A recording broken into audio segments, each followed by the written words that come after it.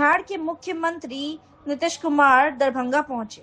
दरभंगा जिला के राघोपुर में सभा को संबोधित करते हुए एक तरफ उन्होंने अपनी सरकार की जहां उपलब्धि गिनाई, वहीं बिना नाम लिए लालू राबड़ी सरकार के बिगड़े हाल की चर्चा कर लोगों को सचेत किया और आने वाले चुनाव में एनडीए की सरकार को ही अपना समर्थन देने की बात कही।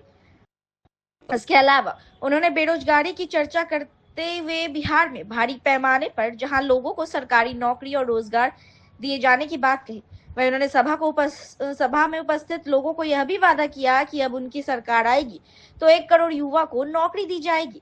वहीं सभा को संबोधित करते हुए मुख्यमंत्री नीतीश कुमार ने दरभंगा को बहुत कुछ देने की बात कहते हुए दरभंगा के प्रभारी मंत्री व बिहार सरकार के स्वास्थ्य मंत्री मंगल पांडे को मंच से उठने को कहा और निर्देश दिया कि यहाँ के लिए जो कुछ कमी हो जरूर बताएं, सभी कामों को पूरा किया जाएगा। वहीं महिलाओं के लिए किए गए काम और स्वरोजगार के लिए किए जा रहे प्रयासों को भी मुख्यमंत्री नीतीश कुमार ने अपने संबोधन में बताया। साथ ही महिला के खाते में 10,000 रुपए मुख्यमंत्री महिला रोजगार योजना की शुरुआती में 75 लाख महिला को दिए जाने की बात कही। इससे पहले मुख्यमंत्री दरभंगा शहर के कबड़ा घाट स्थित मिथिला शोध संस्थान पहुंचे, जहां उन्होंने 3,366 करोड़ की योजना की सौगात दरभंगा वासियों को दी और रिमोट में से इसका शुभारंभ किया। इस योजना से दरभंगा में सर्वांगीण विकास को मदद मिलेगी और दरभंगा का चौमुखी विकास होगा।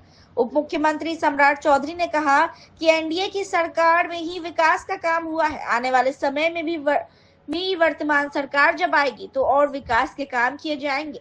मुख्यमंत्री नीतीश कुमार और देश के प्रधानमंत्री नरेंद्र मोदी बिहार को आगे ले जाने के लिए बहुत काम कर रहे हैं और बिहार विकास की राह पर चल पड़ा है।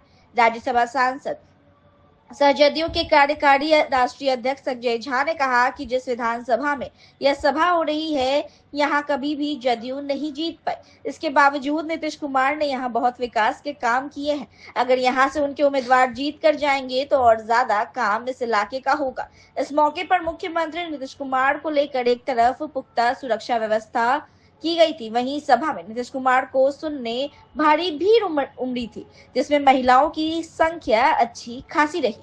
सरफराज आलम की रिपोर्ट, BTN न्यूज। बात है कि शुरू से ही युवाओं को सरकारी नौकरी और रोजगार उपलब्ध कराया जा रहा है, ये सब काम करा दिया गया। तो हम लोगों ने देखा कि भाई 5 से लेकर के 20 में युवाओं को सरकारी नौकरी में 8 लाख हुआ। हम लोगों ने 2020 में कहा कि नहीं, इसको और बढ़ाना है और उसको कर दिया हम लोगों ने 7 निश्चयों के तहत 10 लाख नौकरी और 10 लाख रोजगार हम लोगों ने तय किया। और उसके बाद जब काम शुरू हो गया तो अब तक तो 10 लाख नौकरी हो गया, अब वो भी बढ़ रहा और साथ साथ जो 10 लाख रोजगार था उसकी संख्या बढ़ के 39 लाख हो गई।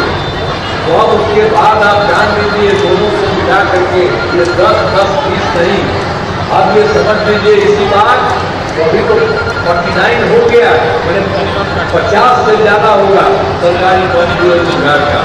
तो हम लोगों ने अब आगे के लिए तय कर दिया, अगली बार के लिए 5 वर्ष में 1 करोड़ युवाओं का नौकरी और रोजगार भी दिया जाएगा। ये सब काम करना है, इतना सारा काम करवा रहे, पहले कोई काम होता नहीं। आप लोगों को जो भी देखे उसी को करते रहे। अब उसके अलावा बहुत सारा काम हम लोगों ने कराया। बिजली की न सड़क की पहले वाली सरकार ने कुछ काम नहीं किया था, इसलिए याद रखिएगा, इसमें कोई काम नहीं किया था। तो उन लोगों का तो यही था, कुछ काम नहीं करना है। और बताइए उसके बाद हम लोगों ने जो करना शुरू किया और कितना ज्यादा जो काम हो रहा है और उसमें केंद्र सरकार से जो सहयोग मिल रहा है, तो आप ध्यान दीजिए कि अब जो है बिहार है आपका दरभंगा सब तरह का इतना ज्यादा आगे बढ़ेगा, इतना ज्यादा बढ़ेगा, आप अच्छी तरह जान लीजिए कि हम लोग तो कर ही रहे और केंद्र सरकार का भी सहयोग मिल रहा है, तो बहुत ज्यादा आगे बढ़ेगा। याद रखिएगा आप लोग, और हम तो कहते हैं इनको कि आप सब इतना काम कर रहे हैं, आपको दिखाई पड़े कि कोई चीज की कमी है तो तुरंत बताइए, हम लोग ये सब काम कर रहे हैं। जल्दी से जल्दी तो हम लोग तो सब आपका सारा का सारा काम करते रहते हैं। ये सब काम करेंगे। साथीगण, हाँ साथियों, आग्रह करने आया, निवेदन करने आया। संजय जी ने कहा आपको कि नीतीश कुमार जी के नेतृत्व में दरभंगा ग्रामीण नहीं जीत पाए, लेकिन साथियों हम आग्रह करने आए, निवेदन करने आए। आपने बिहार देखा है और अब दो ही रास्ते हैं साथियों। एक तरफ नीतीश कुमार जी ने 20 साल में बिहार को सजाने का काम किया और दूसरे तरफ महागठबंधन के लोग हैं जिसने 55 वर्षों तक कांग्रेस ने इस देश को लूटा और 15 वर्षों तक लालू जी की पार्टी ने बिहार को लूटने का काम किया है। आपको तय करना है साथियों। तो 10 दिनों के बाद बिहार में चुनाव की घोषणा होने वाला। नीतीश कुमार जी ने आपसे कमिटमेंट किया था, गांव-गांव सड़क पहुंचाएंगे, गांव-गांव सड़क पहुंचाने का काम किया। ये नॉर्थ बिहार पूरे बाढ़ में डूबा रहता था, नीतीश कुमार जी ने ऐसी व्यवस्था किया कि आज लगभग 14 लाख हेक्टेयर जमीन सिंचाई योग्य हो गया साथियों। इसलिए मैं तो आग्रह करने आया, एक तरफ विकास है और एक तरफ विनाश है। नीतीश कुमार जी और मोदी जी के नेतृत्व में बिहार बढ़ रहा है। आपने देखा यहाँ पर एयरपोर्ट खुल गए, आज देश और दुनिया में हम जा रहे हैं और आगे के दिनों में अभी मुख्यमंत्री जी ने यहाँ एक व्यवस्था खड़ा किया है कि एयरपोर्ट से इंटरनेशनल फ्लाइट भी उड़ेगा और दुनिया के मार्केट में दरभंगा और मिथिला के लोग जाने का काम कर सके। 19 साल से मुख्यमंत्री जी को हम सब काज करे देख रहे हैं। बिहार का सबसे लंबा काल को मुख्यमंत्री और सबसे फकीर मुख्यमंत्री कहियो अपना बारे में नहीं सोचल थी। जे ताकत घटले वो जनता के सेवा में लगा देती। 19 साल से काज करे अहा के बीच में और एखनो हम सब लोग के कहे छिए, बहुत जगह अखबार में देखबे लिखल रहे थे कि मुख्यमंत्री 4 डिग्री से 44 डिग्री तक पे जाकर के लोगों के बीच में काम करते हैं। एखन जते गर्मी छे, कालो मुख्यमंत्री जी राजीव भागलपुर खगड़िया में आ फिर कल रहथिन एहिठाम मधुबनी और कटिहार में। लगातार लोग के बीच में जाकर काज करे छे। आ मिथिला का लऽ कऽ विशेष योगदान मुख्यमंत्री जी को रहले है।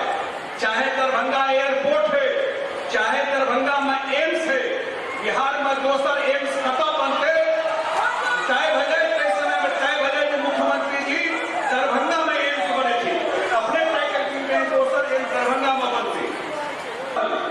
लेकिन नीतीश कुमार जी का एहि क्षेत्र से कहियो सहयोग नहीं भेट सके। आइ तक दरभंगा पूरा बिहार में हम सब लगभग 100 सीट एक बार ने 2 बार जीतलिए। दरभंगा में पिछला बेर 10 में से 9 सीट जीतलिए, 1 सीट हारलिए, 13 सीट हारलिए। अब ये अंतिम मौका छे चुनाव, हम यह अपील कऽ के जाए, बाद में पछताइत रहबे। एहन मुख्यमंत्री भले हम सब सहयोग नहीं कर सकलिए क्षेत्र से, एहन काज करे वाला मुख्यमंत्री भले 4 बेर से 20 साल से मुख्यमंत्री छे, लेकिन एको बेर दरभंगा ग्रामीण में एनडीए के कोई सांसद नहीं भ सकले। एहि बेर ई बात छोड़ा देवे कि नहीं छोड़ा देवे। एक बेर जोरदार ताली से मुख्यमंत्री के जी का स्वागत करे, कि आश्वासन दे कि एहि बेर एनडीए का विधायक अगर बिना विधायक के काज भ सके छे, अगर आप विधायक रहता तो कते काज भ सके छले। यह अपील करे मुख्यमंत्री जी का मिथिला का धरती पर स्वागत करे, अपन बात समाप्त करे। बहुत बहुत लहरियासराय थाना क्षेत्र अंतर्गत बाकरगंज पुरानी मच्छटा निवासी स्वर्ण व्यवसायी राहुल कुमार की हत्या के कई दिन बीत जाने के बाद भी अपराधियों की गिरफ्तारी नहीं हो पाई है। इस घटना से पूरे इलाके में आक्रोश और भय का माहौल है। घटना के बाद पूर्व केंद्रीय मंत्री मोहम्मद अली अशरफ फातमी ने मृतक के परिजनों से मिलने पहुंचे और काफी दुख जताया और परिवार वालों से उन्होंने कहा कि इस कठिन घड़ी में पूरा परिवार अकेला नहीं है, हम सब उनके साथ खड़े हैं। उन्होंने प्रशासन पर सवाल उठाते हुए कहा कि इतनी बड़ी घटना के बाद भी अपराधियों का पुलिस की पकड़ से बाहर रहना गंभीर चिंता का विषय है। शनिवार को अपने ख्वाजासराय स्थित आवास पर आयोजित प्रेस वार्ता में उन्होंने कहा कि दरभंगा पुलिस को तत्काल कार्रवाई करते हुए अपराधियों को गिरफ्तार करना चाहिए ताकि पीड़ित परिवार को न्याय मिल सके और आम लोगों का विश्वास कानून व्यवस्था पर कायम रहे। उन्होंने प्रशासन से मांग की कि दोषियों को सख्त से सख्त सजा मिले। पूर्व केंद्रीय मंत्री मोहम्मद अली अशरफ फातमी ने कहा कि लगभग 34 से 35 साल का नौजवान जिंदगी की काफी लंबी उम्र जीनी थी। वह अपने माँ बाप और अपने छोटे छोटे बच्चे की खिदमत करना चाहते थे। सरकार पर गंभीर आरोप लगाते हुए कहा कि लगातार फेल हुई है यह सरकार। क्राइम का ग्राफ काफी बढ़ गया है। मुख्यमंत्री नीतीश कुमार को कहा कि उनका कहना है कि बिहार में सब कुछ ठीक ठाक है, सुशासन सरकार है। कहा अच्छी बात है, आप सुशासन बाबू कहलाते हैं, लेकिन आपका कर्म वैसा नहीं है। बिहार में दिन दहाड़े कत्ल होता है और आजकल तो सुनते होंगे कि Patna is a crime capital. अपनी मर्जी से लोग किसी को भी गोली मार देते हैं और कहा कि इन सब के पीछे भूमाफिया मिलेगा और क्रिमिनल को प्रोटेक्शन मिल रहा है। अगर आप देखोगे तो पूरे हिंदुस्तान में यह उड़ता बिहार है। बुरी हालत है बिहार का। मोहम्मद अली अशरफ फातमी ने कहा कि हम राहुल कुमार मृतक के परिवारजनों से मुलाकात हमने किया है, तो हमें लगा है कि क्या उनको कोई इंसाफ मिल पाएगा या नहीं। 2020 में उनके दुकान में चोरी हुई और चोरी की कंप्लेन उन्होंने दर्ज की और 2020 से या 2025 है, आज तक मेरे पास पुलिस नहीं आई है। पूर्व केंद्रीय मंत्री मोहम्मद अली अशरफ फातमी ने कहा कि यहाँ लाइन एंड ऑर्डर पर बिल्कुल नियंत्रण नहीं रहा। सरकार और प्रशासन पर कई गंभीर आरोप लगाए। ख्वाजा सराय लहरियासराय से सरफराज आलम की रिपोर्ट, BTN न्यूज।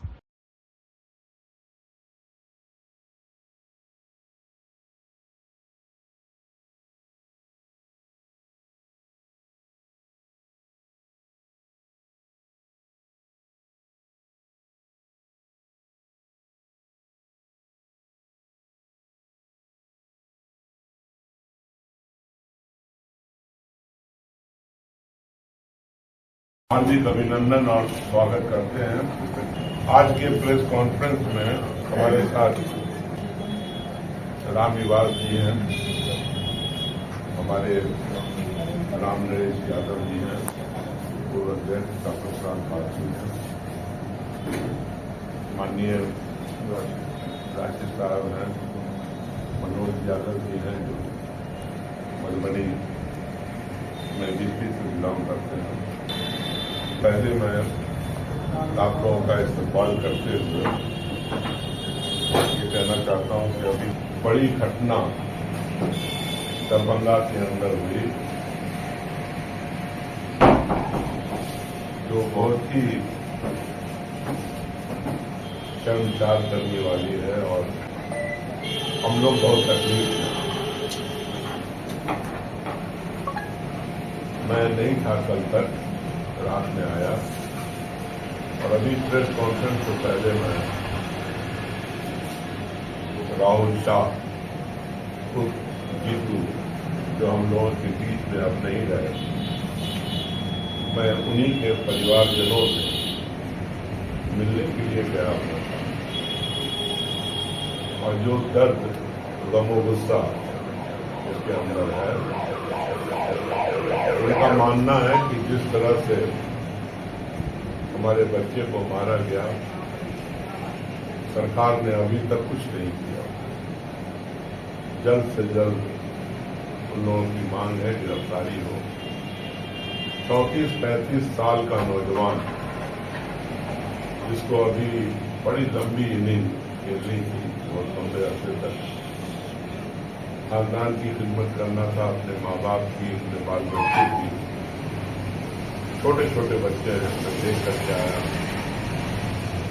उनके वाइफ से मिला, उनके पिताजी से, उनके तीनों भाइयों से, माँ से, सब लोग मिल के आया हूं। दरअसल ये एक एडमिनिस्ट्रेटिव फेल्योर का हिस्सा है। लगातार जब से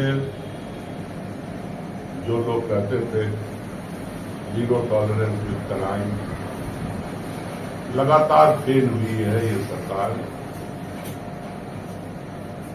जिसको आप डबल इंजन का सरकार कहते हैं, रियल कर चुकी है। आप मेरा नहीं, होम मिनिस्ट्री के अगर आंकड़ों पे जाइएगा तो लगातार बिहार 1 to 5 में क्राइम स्टेट में बनी हुई है। आप जाइए, इसके बाद जाकर के अपना गूगल खोलिएगा और होम मिनिस्ट्री का जो मानना है उसको देख लीजिए। कभी दूसरे नंबर पर, कभी तीसरे नंबर पर, 5 से नीचे पायदान पर बिहार नहीं जा पाया है पिछले 20 साल से।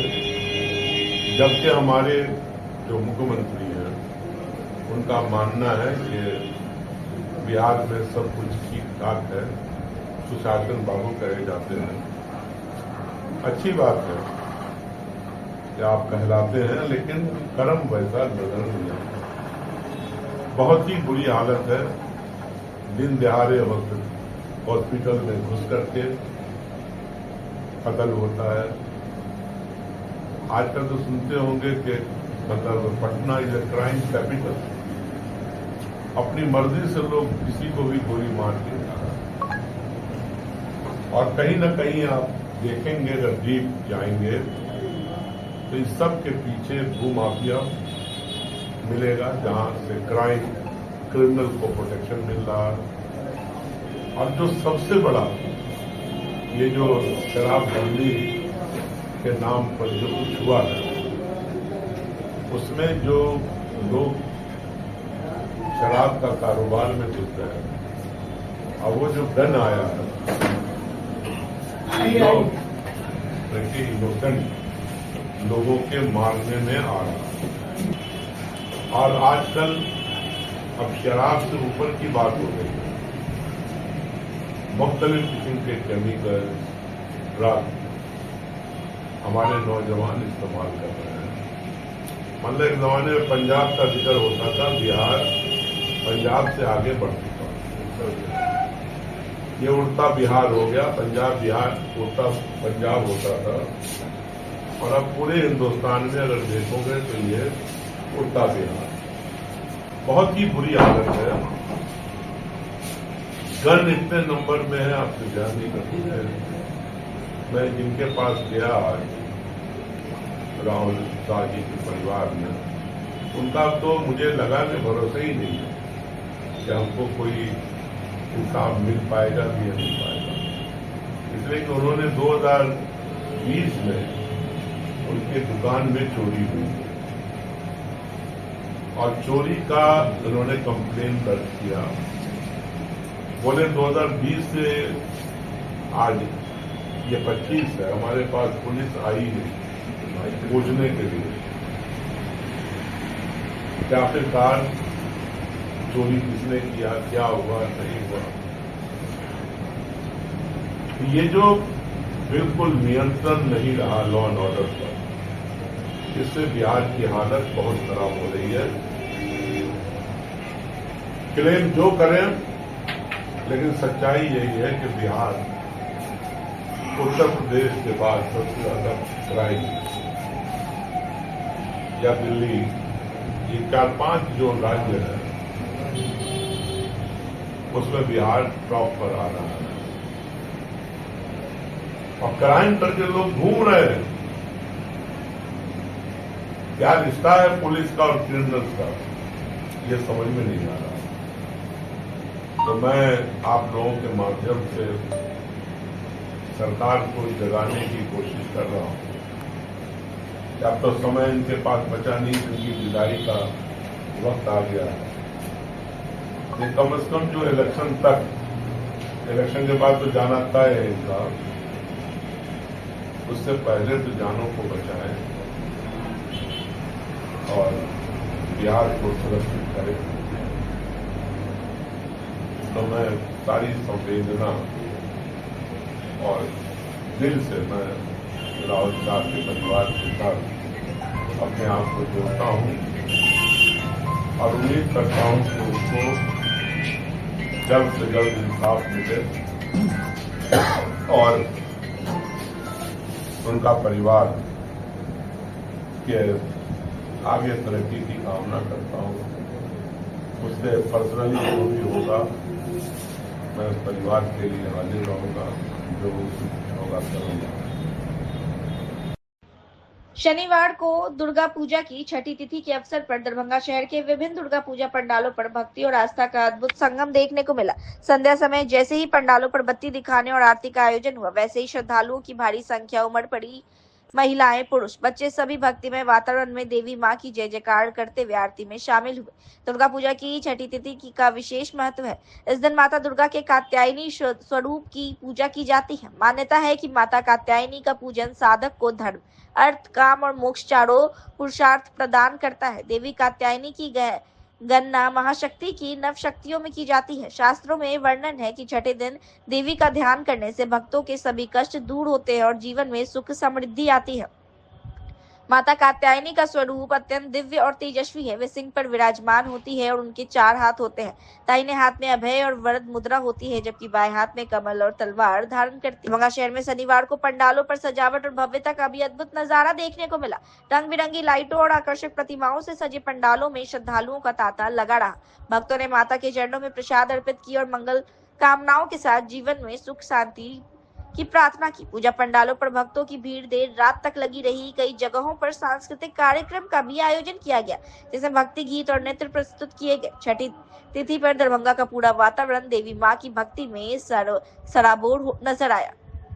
छठी तिथि का महत्व इसलिए अधिक है क्योंकि यह दिन शक्ति, साधना और भक्ति पद का प्रतीक है। इस दिन की गई पूजा से साधक को असीम आत्मबल प्राप्त होता है। दरभंगा में छठी की संध्या आरती ने न केवल धार्मिक वातावरण को प्रखर बनाया, बल्कि समाज में एकता और आस्था की मिसाल भी कायम की। यह तस्वीर है नाका नंबर 6 के पास दुर्गा पूजा समिति की, जहां संध्या दिया बत्ती दिखाने के लिए श्रद्धालुओं की अच्छी खासी भीड़ देखने को मिली। चारों तरफ श्रद्धालुओं की उपस्थिति देखने को मिली। पूजा पंडाल के पास लगातार श्रद्धालु पहुंचते हुए नजर आए। नाका नंबर 6 के पास से सरफराज आलम की report, BTN news.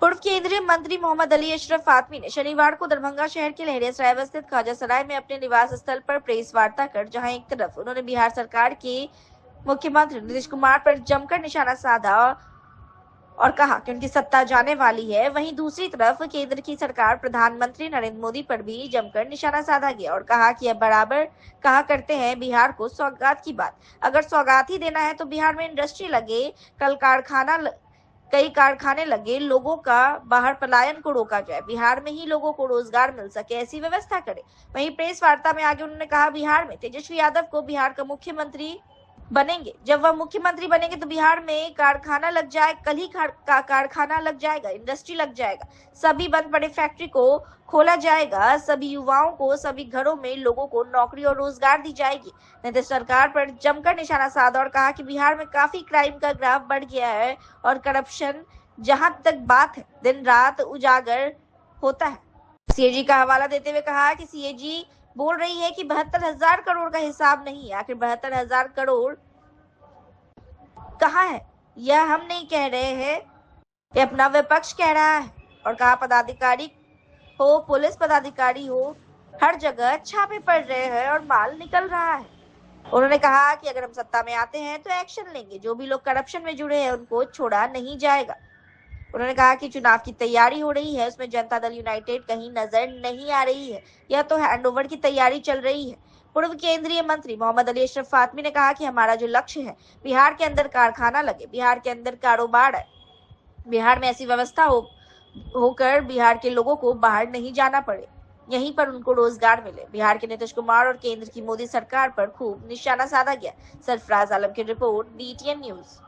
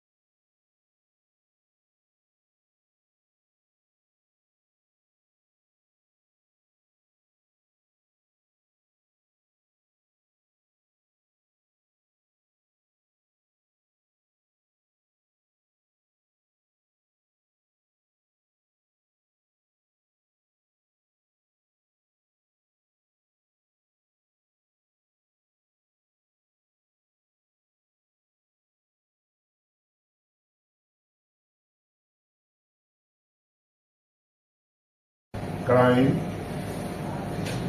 Corruption and कॉर्नरिज्म, इस पे हमारा 0 टॉलरेंस। तो क्राइम के बारे में तो बता ही दिया। अब करप्शन का जहां तक सवाल पैदा होता है तो दिन रात उजागर हो रहा है। CAG ने कह दिया कि 72,000 करोड़ का हिसाबी किताब नहीं है। ये हम नहीं बोल रहे, विपक्ष का कोई आदमी नहीं बोल रहा, ये CAG बोल रही है कि 72,000 करोड़ का हिसाब किताब नहीं है। तो पैसा कहां साइफन आउट हो। और जो करप्शन है वो चरम सीमा पर, चाहे आपके लीडर हो, मिनिस्टर हो, सबका उजागर हो रहा है। पदाधिकारी हो, पुलिस कर्मचारी हो, छापे पड़ रहे हैं, हर जगह माल निकल रहा है, लूट है ठेकेदारी के अंदर। आप मालूम करिएगा, माननीय संजय झा जी के जमाने में जो लूट हुआ है उनके डिपार्टमेंट में, मालूम करिए कोई देखने वाला नहीं, जन संसाधन कोई देखने वाला ही नहीं है। जो काम 10 रुपए में और 100 रुपए में करवाया जाता है, आज तो हर दिन उजागर हो रहा है। हर मिनिस्टर के बारे में सब चीज आ रही है खुलकर। तो फिर कहां है सुशासन बाबू? ये जो करप्शन की बात करते थे CCC की, अब तो उनके घर में है। जनता दल यू के लोग भी हैं, बीजेपी के लोग भी हैं, तो कौन एक्शन लेगा? हम लोग एक्शन लेंगे अगर हम लोग सत्ता में आए, तो जो भी करप्शन से लोग जुड़े हुए हैं उनको छोड़ा नहीं जाएगा। और तीसरी बात हम कहते थे कम्युनलिज्म। तो अब जो तैयारी हो रही है इस चुनाव में, उस चुनाव की तैयारी में कहीं जनता दल यू तो नजर नहीं आती। ये तो पूरा हैंडओवर की तैयारी है। यू के प्रमुख लोग हैं, दाएं बाएं रहने वाले, उनकी आस्था, उनका सपोर्ट कहाँ है सबको मालूम है। फायदा पहुंचा वो बिहार के रहने वाले भी सड़क के ऊपर दावत देते हैं वो, तो उनका भी मंशा मालूम है कि वो कहीं से गाइड हो रहा है। ये कहना है कि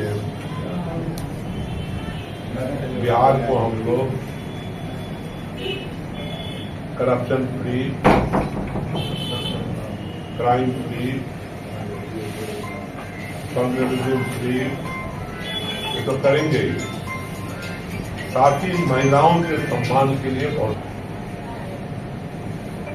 चाहे 500 रुपये में सिलेंडर देना हो, 1500 रुपये वृद्धावस्था पेंशन का हो, या 2500 रुपया हमारी माँ बहन जो योजना है हमारी, उसके जरिए उन लोगों को मजबूत बनाना है, हर महिला को। उसके साथ ही जो सबसे बड़ा काम है बिहार के अंदर, और जो असली काम है, ये क्राइम हो, ये जो महिलाओं की प्रॉब्लम हो, ये जितनी भी है, ये कहीं न कहीं रोजगार से और नौकरी से जुड़ी हुई है। तो हमारा जो सबसे बड़ा लक्ष्य है कि बिहार के अंदर कारखाने लगे, बिहार के अंदर कारोबार आए, बिहार आगे बढ़े, अच्छी शिक्षा व्यवस्था हो, कि बिहार के लोगों को बाहर नहीं जाना पड़े और यहीं पर उनको रोजगार भी मिले, नौकरी भी मिले और इनका पलायन रुक जाए। आज आप देखिए, एक माँ और बाप जो बूढ़ा हो गया, उसको अपने औलाद की मदद की जरूरत है, लेकिन क्या बॉम्बे में, दिल्ली में, जालंधर में रह करके वो अपनी माँ बाप की खिदमत।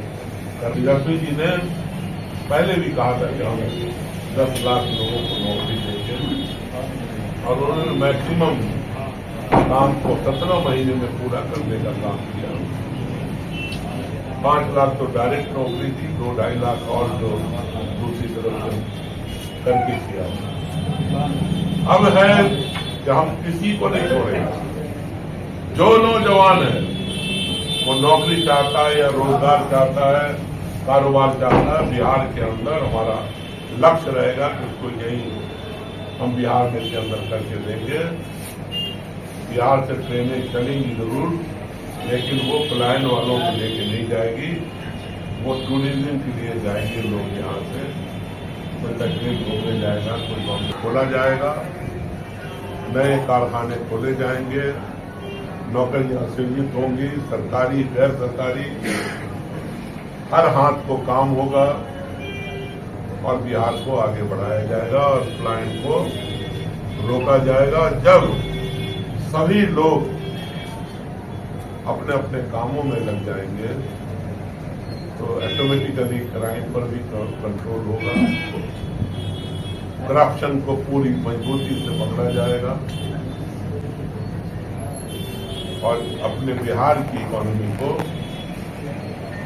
गुजरात की तरह, महाराष्ट्र की तरह, तमिलनाडु की तरह आगे बढ़ाने का प्रयास कर रहा है। स्पेशल राज्य का दर्जा दो, और जिस दिन हटते हैं तो भूल जाते हैं।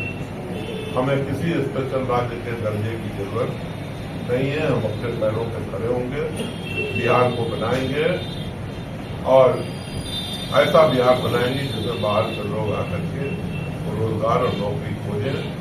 हमारे पास सरप्लस जॉब्स हो, इससे बिहार ही नहीं बढ़ेगा, दरभंगा ही नहीं बढ़ेगा, बल्कि देश की तरक्की भी होगी। देश दुनिया के सबसे आगे परचम फहराएगा, आपको बनाना होगा। अभी इलेक्शन का समय है तो प्रधानमंत्री जी सुनते हैं अखबारों में, टीवी में कितना इंप्लीमेंट होगा मुझे नहीं मालूम, लेकिन तोहफा लेकर के आते हैं।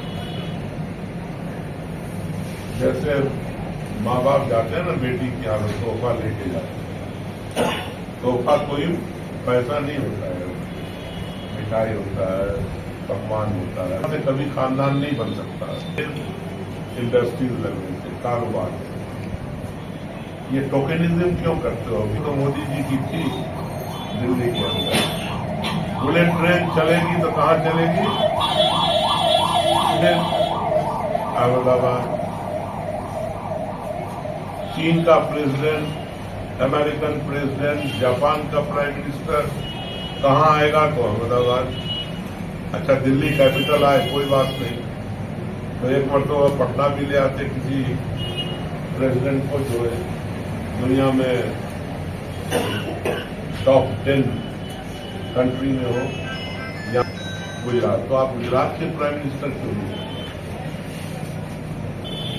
आप चीफ मिनिस्टर थे, गुजरात के बने रहते, आप पड़े हुए तो पूरे देश को देखना चाहिए। बिहार की तरफ कुछ नहीं, वो तोहफा लेके आते हैं। भाई हमें प्रोजेक्ट दो जिससे बिहार उन्नति करे, बिहार आगे बढ़े। कारखाने लाओ, बंद कारखाने को खुलवाओ। साल हो गया इनको, 21वें साल में 11 साल में पहुंच गए प्रधानमंत्री जी। बिहार में कोई खास निगाह तो हुई नहीं। अब हम लोग आपस में बटे हुए इतना है, लोगों को ये जो जहर पिल्स जो दिया जाता है पॉइजन, वो समझ में नहीं आता। तो अगर बनाना है तो ये गिफ्ट से, तोहफे से निकल करके रियल बिहार को मेकअप के लिए करना होगा। युवाओं का बिहार बने, कम का हो, सभी को रोजगार, नौकरी यही मिले, कारोबार मिले, आगे बढ़े, यही इरादा है हम लोगों का। तौर से कहना चाहूंगा अपने साथियों से, गठबंधन में हो, जहां भी हो, कृपया करके एक रहिए। तेजस्वी जी जिसको टिकट दे दे, माननीय तेजस्वी जी जिस गठबंधन के साथी को यहाँ भेज दें, यहाँ से लेके मधुबनी, समस्तीपुर, ये सब पुराना जिला है हम लोगों का, और मैं तो मधुबनी का उम्मीदवार भी रहा हूँ। तो इस इलाके से, मिथिलांचल से पिछली दफा हम कमजोर पड़े थे, इंडिया गठबंधन को कम सीटें आई थी। तो इसको जो बेस्ट होगा, हम लोग ज्यादा से ज्यादा सीटें जिता करके तेजस्वी यादव को मुख्यमंत्री बनाए। इसलिए किसी का क्या है, किसी को टिकट मिले तो तेजस्वी यादव को मुख्यमंत्री बनाए। फिर हर वर्कर, हर कार्यकर्ता से करते हैं के दौरान कोई भी एंटी पार्टी बात करेगा या टिप्पणी करेगा तो उसको माननीय तेजस्वी जी देखेंगे। बाकरगंज निवासी स्वर्ण व्यवसायी राहुल कुमार के हत्याकांड के अविलंब उद्भेदन करने, शामिल अपराधियों की गिरफ्तारी, पीड़ित परिवारों को 20 लाख मुआवजा व परिवार के एक सदस्य को नौकरी देने, व्यवसायियों की सुरक्षा की गारंटी करने, व्यवसायिक आयोग का गठन करने, बढ़ते अपराध पर लगाम लगाने आदि मांगों के साथ व्यवसायिक महासंघ व भाकपा के दरभंगा जिला कमेटी के बैनर तले प्रतिवाद मार्च निकाला गया। प्रतिवाद मार्च दारू भट्टी चौक से लहरिया लोहिया चौक तक निकाला गया। प्रतिवाद मार्च का नेतृत्व व्यवसायिक महासंघ के राज्य पार्षद ईश्वर दयाल सिंह, रंजन प्रसाद सिंह व भाकपा के राज्य कमेटी सदस्य नियाज अहमद, अभिषेक कुमार, नगर सचिव कामेश्वर पासवान, एकवा जिलाध्यक्ष साधना शर्मा आदि ने किया। प्रतिवाद मार्च लोहिया चौक पर पहुंचकर प्रतिवाद सभा में तब्दील हो गया। रंजन प्रसाद सिंह की अध्यक्षता में आयोजित प्रतिवाद सभा को संबोधित करते हुए भाकपा के राज्य कमेटी सदस्य अभिषेक कुमार ने कहा कि नीतीश सरकार व्यवसायियों की सुरक्षा के प्रति उदासीन बनी हुई है। स्वर्ण व्यवसायी राहुल कुमार की हत्या का 4-5 दिन हो गया, लेकिन अभी तक हत्याकांड का उद्भेदन नहीं हुआ है। दरभंगा पुलिस जल्द से जल्द हत्याकांड का उद्भेदन करे, हत्या में शामिल तमाम अपराधियों को जल्द से जल्द गिरफ्तार करे। उन्होंने व्यवसायिक सुरक्षा आयोग के गठन करने की भी मांग की। व्यवसायिक महासंघ के राज्य परिषद सदस्य ईश्वर दयाल सिंह और रंजन प्रसाद सिंह ने जिला प्रशासन को अल्टीमेटम दिए कि 1 सप्ताह के में अगर हत्याकांड को उद्भेदन व अभियुक्तों की गिरफ्तारी नहीं हुई तो सभी व्यवसायी मिलकर दरभंगा एसएसपी का घेराव करेंगे। प्रतिवाद सभा को संबोधित करते हुए इंसाफ मंच के प्रदेश उपाध्यक्ष नियाज अहमद ने कहा कि दरभंगा पुलिस प्रशासन बढ़ते अपराध को लगाम लगाए। प्रतिवाद मार्च में एकवा जिला अध्यक्ष साधना शर्मा, प्रिंस राज, कामेश्वर पासवान, आरवाईए नेता दिलीप कुमार, प्रभाकर सिंह, गोपाल पासवान आदि शामिल थे। आज आप लोग ये जो निकाले हैं, क्या कुछ निकाले हैं और इस माध्यम से क्या मांग करना चाह रहे हैं? आज व्यवसायी संघ और भाकपा माले की ओर से प्रतिवाद मार्च है। दरभंगा में जो बढ़ते अपराध हैं और राहुल की जो हत्या हुई, पुलिस की निर्लजता है कि अभी तक इसका उद्भेदन नहीं किया। इस सवाल पर हम प्रतिवाद मार्च कर रहे हैं और यहाँ का जो प्रशासन है उससे मांग कर रहे हैं कि राहुल का जो हत्यारा है उसको अविलंब गिरफ्तार करे। और ये सुशासन की जो सरकार है वो सुशासन की सरकार कहती है कि सबके साथ न्याय होगा, सबके साथ न्याय। तो ये न्याय क्या हो रहा है?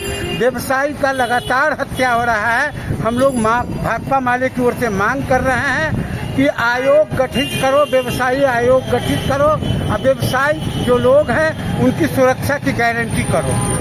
अपना परिचय दे दें। नियाज अहमद, भाकपा माले राज्य कमेटी सदस्य, इंसाफ मंच के राज्य उपाध्यक्ष। कहाँ से कहाँ तक ये प्रतिवाद निकाला गया है? हम लोगों का ये आपको दारू भट्टी चौक से ये प्रतिवाद मार्च निकल करके लहरिया टावर तक समापन होगा। किनके समक्ष अपना मांग रख रहे हैं? हम लोग ये सरकार के समक्ष मांग कर रहे हैं और दरभंगा का जो प्रशासन है, जो निर्लज्ज पुलिस है यहाँ का, उसके समक्ष ही अपनी मांग रख रहे हैं। क्या कहेंगे, कई दिन गुजर गए अभी तक हत्यारा गिरफ्तार नहीं हुआ है? यही बात कहने के लिए तो हम प्रतिवाद मार्च कर रहे हैं भाकपा माले और व्यवसायी संघ की ओर से। कहेंगे प्रतिवाद मार्च निकाला गया है, इस माध्यम से क्या मांग करना चाह रहे हैं? देखिए, वैश्विक महासंघ और भाकपा माले के नेतृत्व में यह प्रतिवाद निकाला गया है।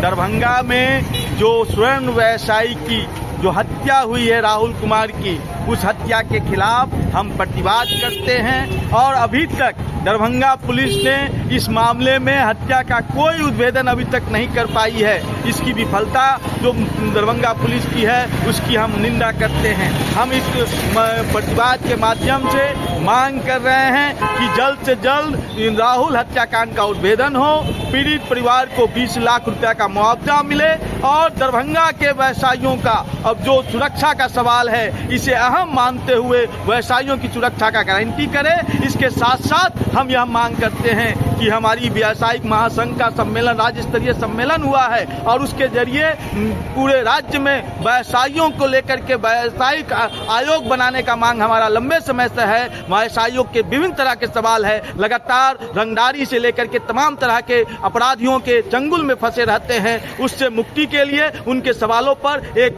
विस्तृत आयोग बने, इसकी मांग हम लोग करते हैं। आज हम प्रतिवाद के जरिए दरभंगा पुलिस से आह्वान करते हैं कि जल्द से जल्द राहुल हत्याकांड का उद्भेदन हो और पीड़ित परिवार को, अभी तक कोई देखने वाला नहीं है तो उसके पीड़ित परिवार को 20 लाख रुपया का मुआवजा मिले।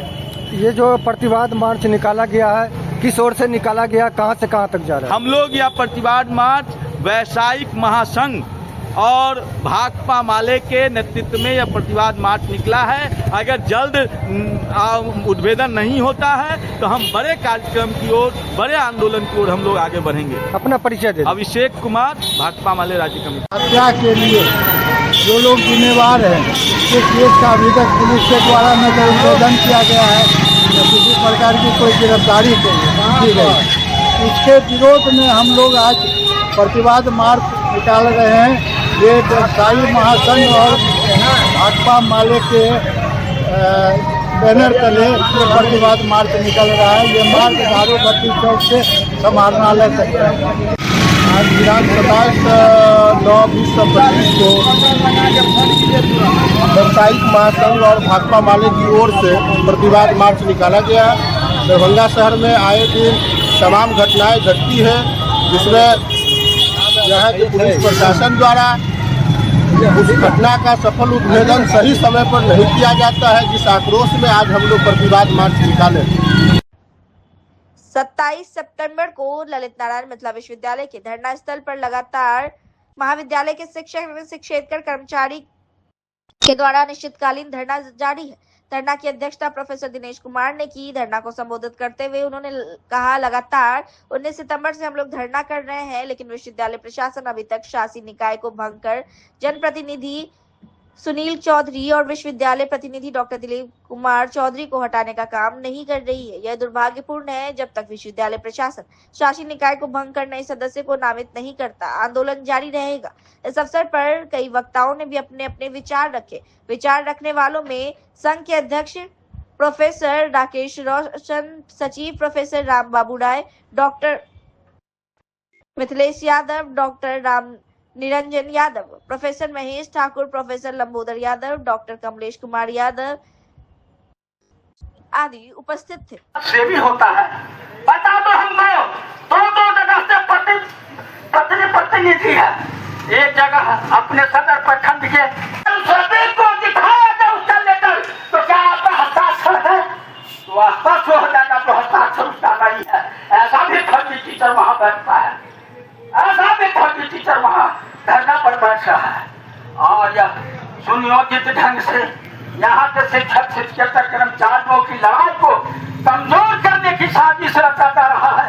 लेकिन मैं बता देना चाहता हूँ, मैं भी प्रदेश अध्यक्ष के रूप में प्रदेश का मैं नेतृत्व कर चुका हूँ। मैं भी 3 बार विधायक का चुनाव लड़ा हूँ, एक बार मैं MP का भी चुनाव लड़ चुका हूँ। मुझे भी राजनीति ज्ञान है, राजनीति कैसे किया जाता है। संजय चौधरी और कान खोल करके सुन लो, तुम्हारा यहीं पर यही लोहिया चरण सिंह महाविद्यालय तुम्हारा अंतिम समय तय करेगा, तो तुम यहाँ रहोगे या धरना स्थल पर है, क्या कारण है और क्या कहेंगे? देखिए, लोहिया चरण सिंह महाविद्यालय में शासी निकाय का गठन करना था। शासी निकाय गठन करने के लिए विश्वविद्यालय ने यहाँ से विश्वविद्यालय प्रतिनिधि, जनप्रतिनिधि और SDO साहब, जिनको गवर्नमेंट रिप्रेजेंटेटिव के रूप में नियुक्त किया, शिक्षक प्रतिनिधि चयन करना। वहाँ शिक्षक प्रतिनिधि का चयन भी हो गया, निर्वाचित हो गया। निर्वाचित होने के बाद सुनील चौधरी ऑब्जर्वर के रूप में थे, उन्होंने साइन किया और सही ठहराया, जो ये शिक्षक प्रतिनिधि बन गए। जब वहाँ तय किया गया, जो आज मीटिंग होगी, उस मीटिंग में रात के 8 बजे तक इंतजार करते रह गया सुनील चौधरी का, दिलीप चौधरी का, किसी ने उपस्थित नहीं हुआ और वह डिजॉल्व हो गया। वो सब अपने अपने घर चले गए। दूसरे दिन जब बैठक हुई 15/9 को, तो उस दिन के बैठक में क्या बजे आए लोग? 11:30 बजे आए या कोई 1 बजे आए। जब वहाँ जब शासी निकाय का शिक्षाविद पहले चयन करना था, तो शिक्षाविद के रूप में प्रस्ताव देना था प्रधानाचार्य को, क्योंकि प्रधानाचार्य प्रोसीडिंग का कस्टोडियन होता है। किसी भी महाविद्यालय में प्रधानाचार्य ही प्रोसीडिंग का कस्टोडियन होता है, और वही प्रस्तावक होता है जो किसकी प्रस्तावना रखेगा। उसने प्रस्ताव रखा, उस प्रस्ताव पर सुनील चौधरी और दिलीप चौधरी, जो किसी भू माफिया से मुखिया पति, जो 2 जगह के मुखिया प्रतिनिधि है, एक अपने सदर प्रखंड के कबीरचक पंचायत की जो मुखिया है मुन्नी देवी, उसका भी वह प्रतिनिधि है सदर प्रखंड में, और दूसरे तरफ उनकी पत्नी जो बहादुरपुर प्रखंड में दिलावरपुर पंचायत की मुखिया है प्रियंका देवी, उसकी भी वह प्रतिनिधि है। वह 2 जगह वह मुखिया प्रतिनिधि है, और दोनों जगह उसका नाम भी है, पत्नी का भी नाम है और उसका भी नाम है। क्या यह वैध है? क्या शिक्षाविद चयन होगा या वहाँ भू माफिया का चयन किया जाएगा? ये सुनील चौधरी और दिलीप चौधरी ने वहाँ मनमानी करना चाहा, वहाँ सदर SDO न्यूट्रल हो गया, वहाँ बैठक स्थगित कर दिया गया। और गुप्त रूप से यहाँ के कुल सचिव मैडम हंसदा के द्वारा एक चिट्ठी निकाली गई, जो प्रधानाचार्य बैठक बुलाने शिक्षण यहाँ महात्मा गांधी सदन में विश्वविद्यालय कैंपस में। क्यों भाई? विश्वविद्यालय कैंपस में क्यों होगा? जब महाविद्यालय का वहाँ चयन करना है, शिक्षाविद बनाना है, सचिव बनाना है, अध्यक्ष बनाना है, तो महाविद्यालय में क्यों नहीं होगा, जो यहाँ विश्वविद्यालय में होगा। और उसमें भी एक साजिश किया गया, वह चिट्ठी जो निकाला, उस चिट्ठी में शिक्षक प्रतिनिधि का नाम है नहीं। अच्छा, अनिश्चितकालीन जो धरना है, इसके अलावा भी कोई और कार्यक्रम आप लोग का इसमें है, इसको लेकर के? अनिश्चितकालीन धरना है। इस धरना को हमारे साथीगण मजबूती साथ रख रहे हैं, मजबूती के साथ रख रहे हैं और कार्यक्रम तय करेंगे। इससे भी आगे अब हो सकता है हम लोगों को तो आगे भी बढ़ना पड़ेगा। कोर्ट को जाएंगे ही, कोर्ट को जाना ही है, लेकिन जब तक यहाँ के VC को हटाएंगे नहीं, तब तक हम लोग यहाँ से धरना पर से उठेंगे। अपना परिचय दे दीजिए। मेरा नाम डॉक्टर मिथिलेश कुमार यादव, वैसे समाजवादी युवजन सभा का पूर्व प्रदेश अध्यक्ष रहा हूँ और मिथिला विश्वविद्यालय का पूर्व महासचिव रहा हूँ।